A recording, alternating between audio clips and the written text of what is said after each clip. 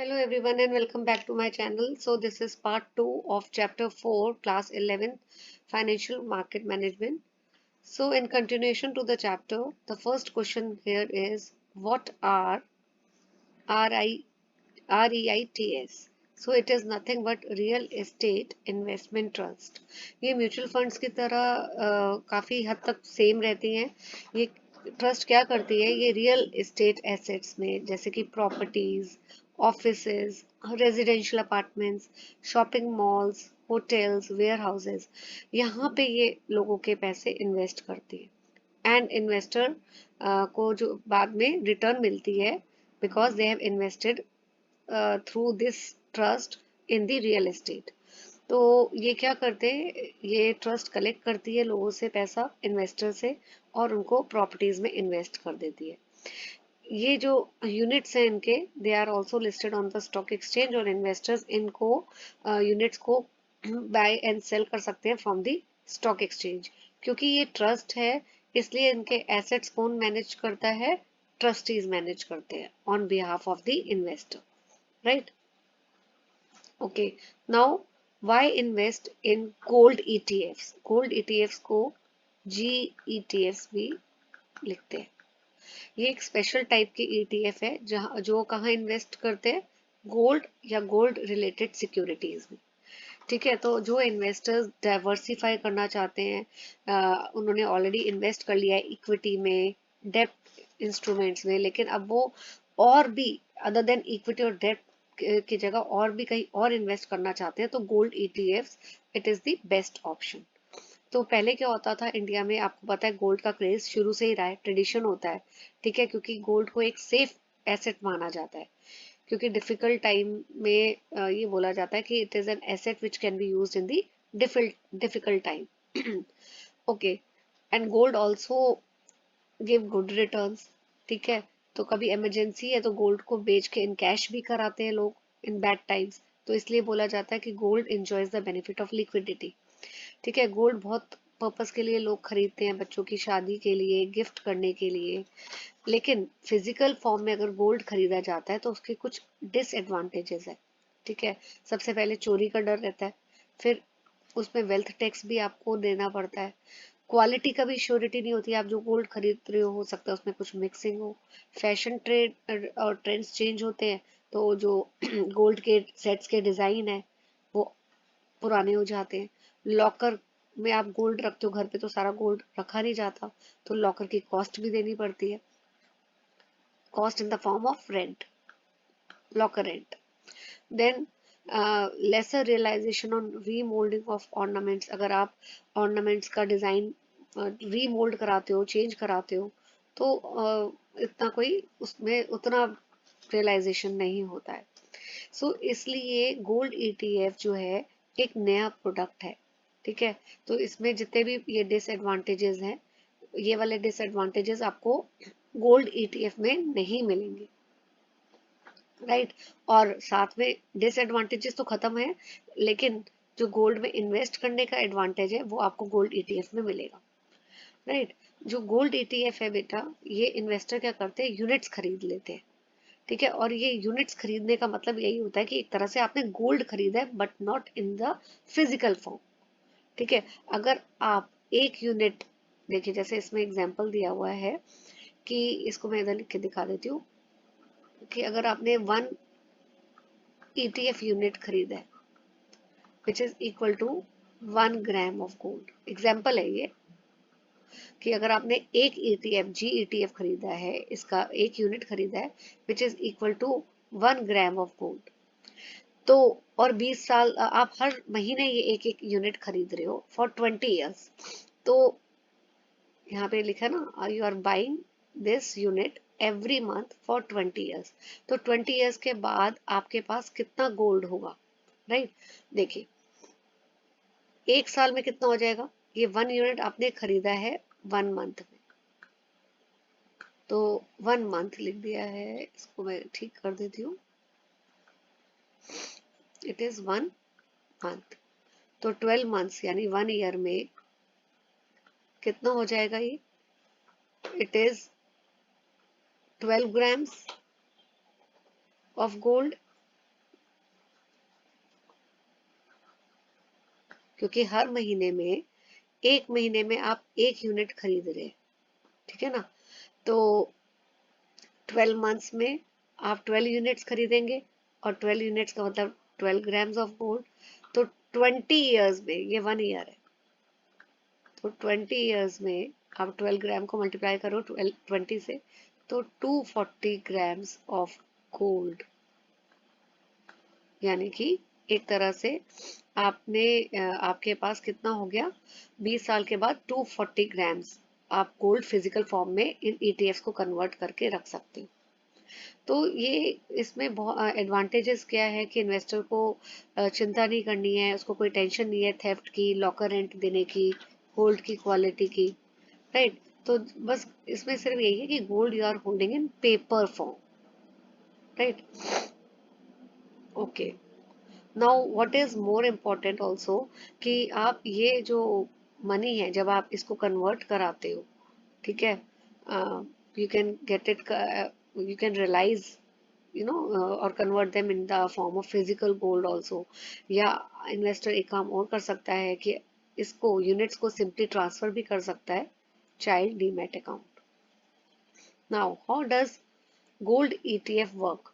सबसे पहले तो इसमें एक चीज आपको याद रखनी है कि ये जो जी ईटीएफ गोल्ड ईटीएफ है, ये एक ओपन एंडेड स्कीम है, लेकिन हर ओपन एंडेड स्कीम से कुछ एक हल्का सा वेरिएशन है गोल्ड ईटीएफ स्कीम में। देखिए, इसमें क्या है, इन्वेस्टर्स जो है ये यूनिट्स, गोल्ड ईटीएफ के यूनिट्स बाय और सेल कर सकते हैं any time at then prevailing market price. मैं क्यों इस पे एम्फेसाइज कर रही हूँ, at then prevailing market price, अभी आपको ये डिफरेंस बताऊंगी। हर ओपन एंडेड स्कीम में क्या होता है कि इन्वेस्टर्स जो हैं वो they can buy and sell the units at a price based upon that day's NAV। तो ओपन एंड स्कीम में इन्वेस्टर क्या करता है, ओपन कोई भी ओपन एंडेड फंड्स है, इन्वेस्टर्स जो है ही कैन बाय और सेल द यूनिट्स, जो भी उस दिन में, उस दिन का नेट एसेट वैल्यू, जो भी प्राइस है, it is based upon that days net asset value, यानी वो फिक्स्ड ही रहता है। लेकिन ईटीएफ के केस में, चाहे ओपन एंडेड स्कीम है, लेकिन फिर भी इसमें क्या डिफरेंस है, यहाँ पे इन्वेस्टर्स जो है बाय और सेल करते हैं at a price which is prevailing at that point of time. Suppose अगर वो दिन में 2 बजे ईटीएफ खरीद रहे हैं या बेच रहे हैं, तो उस समय का प्राइस डिफरेंट होगा एज कंपेयर टू अगर वो शाम के 5 बजे या 6 बजे बेच रहे हैं सेम डे पे। तो अगर आप डिफरेंट आवर्स पे डिफरेंट प्राइस पे ये यूनिट्स बाय और सेल होते हैं इन केस ऑफ ईटीएफ। लेकिन ओपन एंडेड स्कीम में जो यूनिट्स बाय और सेल होते हैं, उसका price throughout the day it remains the same. एक तो ये पॉइंट ऑफ डिफरेंस है, right. Now what are the different ways in which gold ETF works. तो during new fund offer, new fund offer मतलब क्या होता है कि जब ये फर्स्ट टाइम मार्केट में लॉन्च किए गए, ठीक है। सो यहाँ पे जो एसेट मैनेजमेंट कंपनी है, ये डिसाइड करती है कि गोल्ड ईटीएफ को लॉन्च करना है। फिर एसआईडी हम कर चुके हैं, एसआईडी की फुल फॉर्म आपको पता होनी चाहिए, it is scheme information document,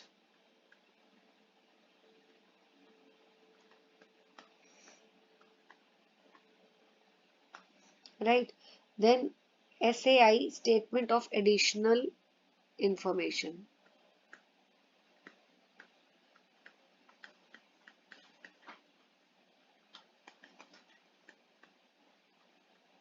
ये थोड़ा सा चैप्टर टफ है, सो इसलिए मेरी स्पीड थोड़ी सी मैं धीरे रखूंगी ताकि आपको समझने में प्रॉब्लम ना हो।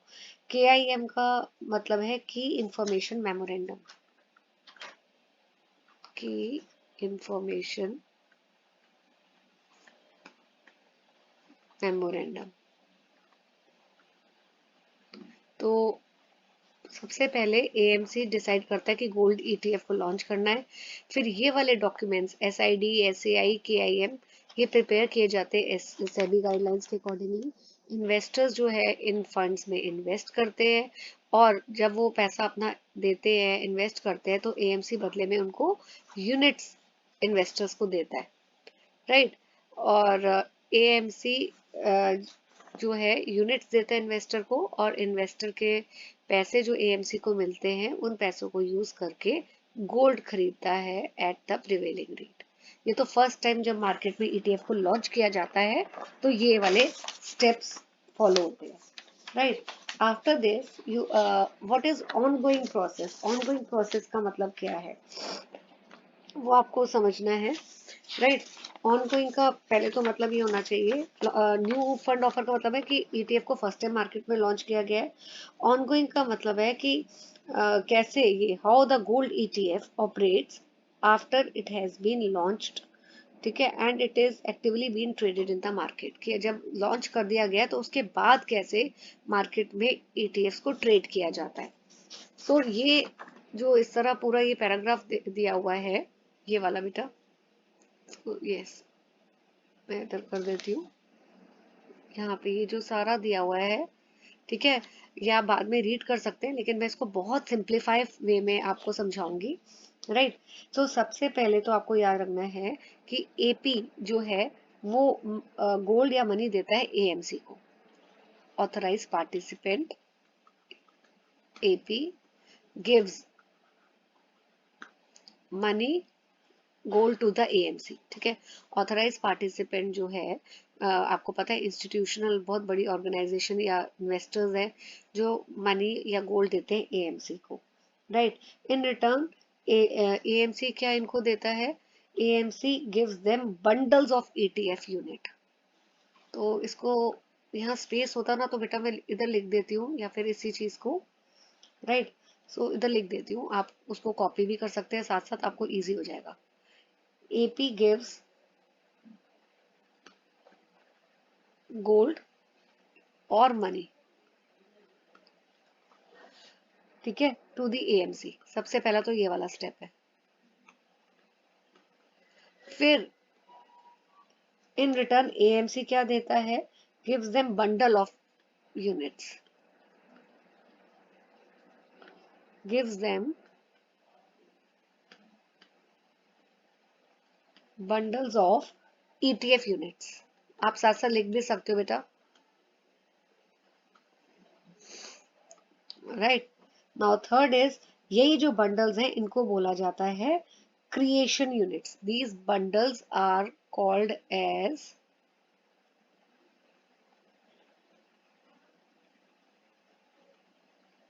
Creation units, right. अब क्या होता है, ये जो gold which is given by AP, it is called as portfolio deposit. So AP मैंने फर्स्ट पॉइंट में बोला था ना, गोल्ड या मनी देता है एएमसी को, एएमसी फिर उनको बंडल ऑफ ईटीएफ देती है एपी को, ठीक है। यही बंडल्स को क्रिएशन यूनिट्स बोलते हैं। जो एपी गोल्ड देती है, gold given by AP, sorry post of it, या given by AP is called portfolio deposit. ये पेपर में आ सकता है इसलिए मैं पॉइंट फॉर्म में आपको लिख के भी दे रही हूँ, ताकि अगर आपको कॉपी करना है तो यू कैन डू दैट। अच्छा, ये जो गोल्ड अब एपी दे रहा है, ठीक है, एएमसी को, इसको पोर्टफोलियो डिपॉजिट बोलते हैं। लेकिन ये गोल्ड कौन रखता है? It is kept safely with the custodian. So this gold is kept safely with the custodian, right. Custodian क्या करता है? गोल्ड को सेफली रखता है, फुल रिकॉर्ड्स रखता है कि वेट क्या है गोल्ड का, प्योरिटी कितनी है। फिर and also custodian also report daily gold movement to the AMC. AMC ने ना अथॉरिटी दी हुई है बेटा कस्टोडियन को, कि जो भी गोल्ड एपी देगा वो कस्टोडियन जो है वो अब सेफली अपने पास रखेगा। तो कस्टोडियन सारे रिकॉर्ड्स रखता है, कितना गोल्ड आया, कितना गया, क्या वेट है गोल्ड का, प्योरिटी कितनी है, और रिपोर्ट करता है daily about the gold movement to the AMC. तो गोल्ड अकाउंट जहाँ पे गोल्ड को मेंटेन किया जाता है, रखा जाता है, gold account is called allocated amount, is called allocated amount,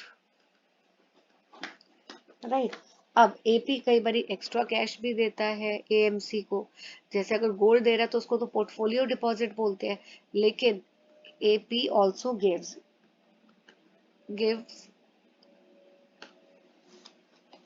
cash to the AMC,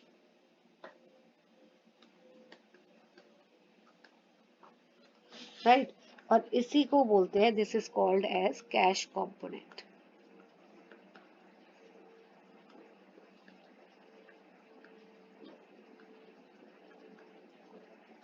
और ये क्यों दिया जाता है cash component? To it is paid to adjust management fees, या कोई भी स्मॉल प्राइस डिफरेंसेस होते हैं, उसके लिए ये कैश कंपोनेंट एपी जो है एएमसी को दिया जाता है। ये जो कैश कंपोनेंट होता है it is not fixed, right. So after this, अगर आपसे पेपर में पूछा जाए कि क्रिएशन यूनिट्स क्या होते हैं, तो आप ऐसे लिख सकते हैं, क्रिएशन यूनिट्स जो है it is equal to portfolio deposit. Portfolio deposit का मतलब क्या होता है? गोल्ड जो एपी देता है, और कैश कंपोनेंट, इन दोनों को मिला के क्या बनता है? Creation units. क्रिएशन यूनिट्स क्या है? They are big bundles of ETF units. They are big bundles of ETF units, right. अब इन्वेस्टर्स, रिटेल इन्वेस्टर्स कैसे खरीदते हैं ये गोल्ड ईटीएफ? एपी को जब ये big bundle of ETF units मिलते हैं एएमसी से, तो उसके बाद क्या होता है? एपी जो है ब्रेक करता है in big bundles of ETF into single ETF units. So now AP will break big bundle of ETF units यानी creation units into single ETF units। और ये जो ETF units हैं, फिर जो small single ETF units में break हो गए हैं, they are sold in the stock market, which are sold in the stock market।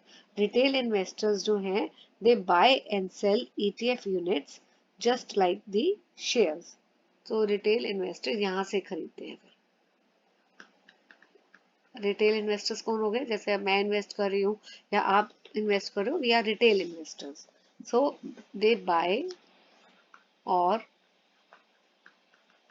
Cell ETF units just like shares, right.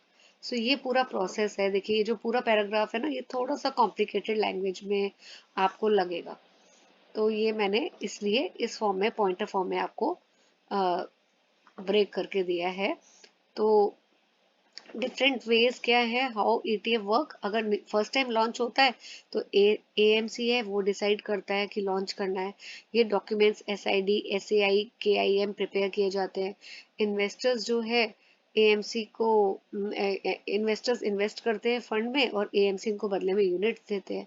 फिर बाद में ऑनगोइंग प्रोसेस का मतलब है जब फर्स्ट टाइम लॉन्च हुए उसके बाद ईटीएफ कैसे मार्केट में ट्रेड किए जाते हैं, या रिटेल इन्वेस्टर्स कैसे इनको खरीदते हैं ईटीएफ यूनिट्स को। तो उसके लिए देखिए, तो एपी जो है वो गोल्ड मनी देता है एएमसी को। एएमसी क्या करती है? पॉइंट नंबर 2, ये बंडल्स ऑफ ईटीएफ यूनिट्स दे देती है। ठीक है, इन बंडल्स को बोला जाता है क्रिएशन यूनिट्स। जो गोल्ड एपी देता है उसको बोलते हैं पोर्टफोलियो डिपॉजिट। और गोल्ड डायरेक्टली एएमसी नहीं रखता, ऑथराइज करता है कस्टोडियन को कि जो भी गोल्ड एपी दे रहा है, कस्टोडियन उसको सेफली रखता है और सारी रिकॉर्ड करता है, एंट्रीज कितना गोल्ड आया, क्या प्योरिटी है, और जितनी भी गोल्ड की मूवमेंट है वो एएमसी को टाइम टू टाइम इन्फॉर्म करता है। तो गोल्ड अकाउंट जिसपे गोल्ड को रखा जाता है, ठीक है, उसको बोला जाता है एलोकेटेड अमाउंट।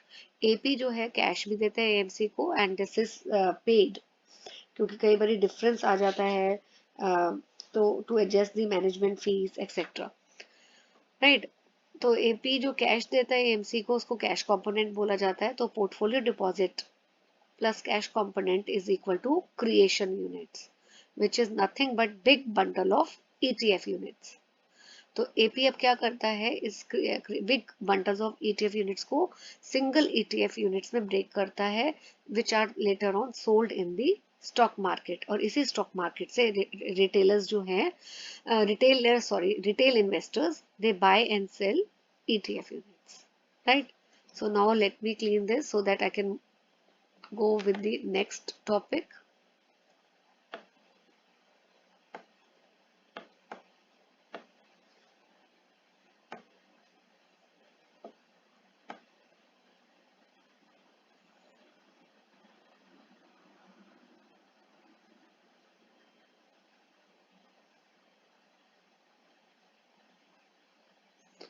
Yes.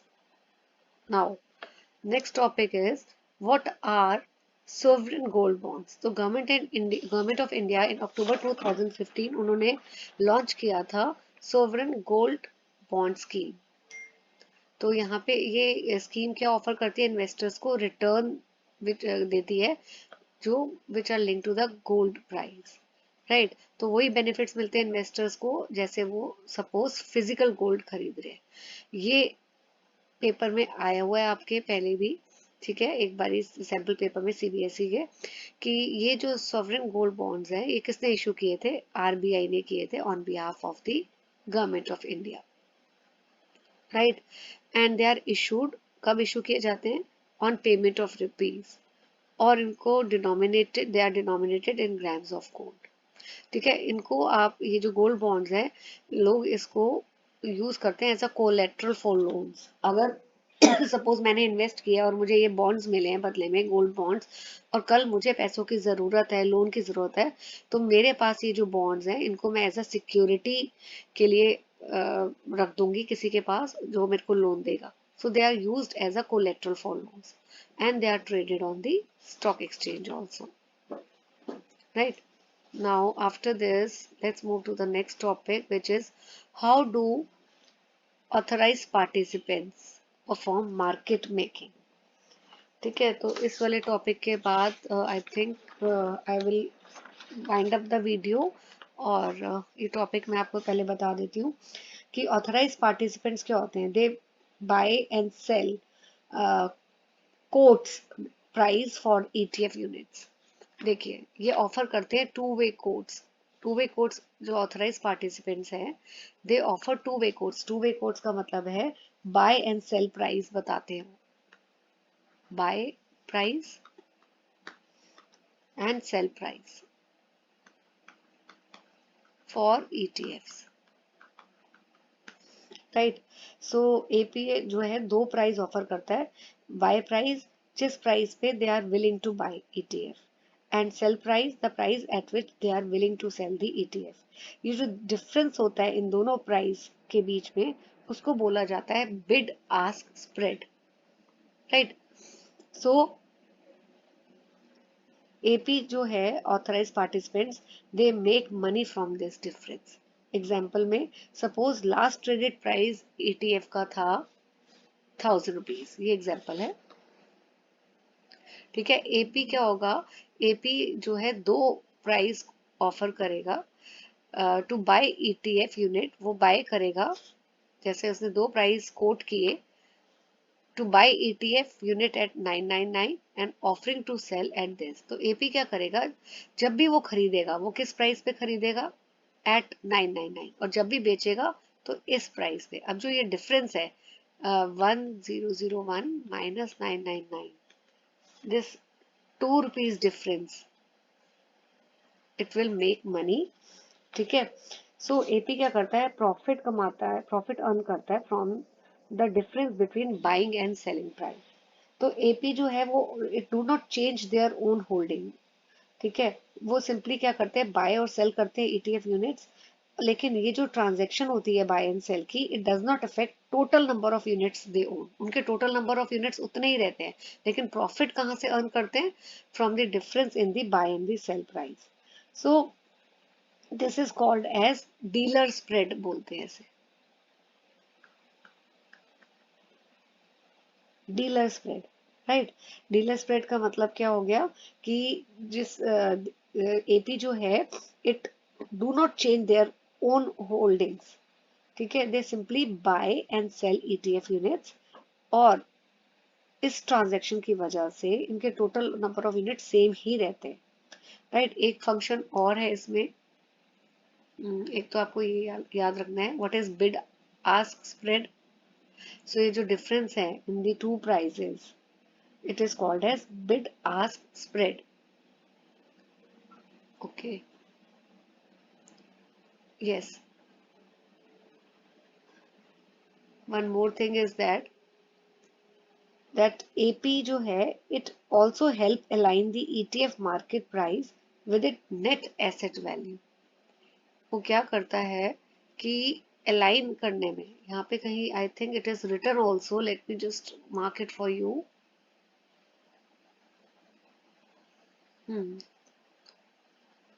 यहाँ ऊपर लिखा होगा ये,